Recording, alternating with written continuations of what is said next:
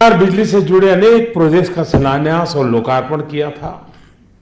तो आज भी आपके जीवन को आसान बनाने वाली करीब 3,000 करोड़ रुपयों की परियोजनाओं के 3,000 करोड़ रुपए उसके उद्घाटन, शिलान्यास और लोकार्पण अभी अभी आपने देखा किया गया है।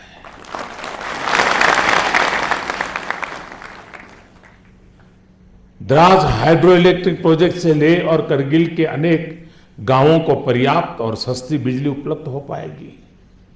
वहीं श्रीनगर अलुस्तेंग द्रास कारगिल ट्रांसमिशन लाइन का तो मुझे ही शिलान्यास करने का अवसर मिला था और आज लोकार्पण भी मुझे ही करने का सौभाग्य मिला।